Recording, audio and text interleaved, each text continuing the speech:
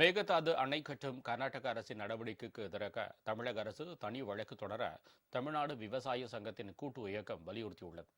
இது தொடர்பாக சென்னை சேப்பாக்கத்தில் உள்ள வேளாண்மை ஆணையர் அலுவலகத்தில் மனு அளிக்கப்பட்டது. பின்னர் செய்தியாளர்களிடம் பேசிய அதன் தலைவர் தனபாலன், மேகதாது அணை கட்டுமானம் நடைபெற்றால் தமிழகத்தில் 3 வேளை உணவு உற்பத்தியில் 2 வேளை உணவு உற்பத்தி கேள்விக்குறியாகும் என்றும், சென்னை உட்பட 19 மாவட்டங்களுக்கு குடிநீர் ஆதாரம் பாதிக்கப்படும் என்றும் தெரிவித்தார்.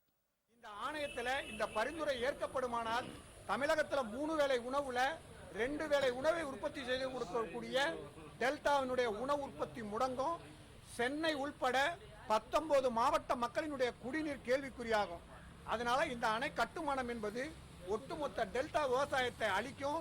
தமிழகத்துக்கான குடிநீர் கிடைப்பதை தடுக்கும். இதை உடனடியாக தமிழக அரசு இது விஷயத்தில் தலையிட்டு பாராளுமன்றத்தில் இருக்கக்கூடிய எம்பிக்களுடைய 40 பேரோட ஒட்டுமொத்த குரலை தெரிவிக்கணும்.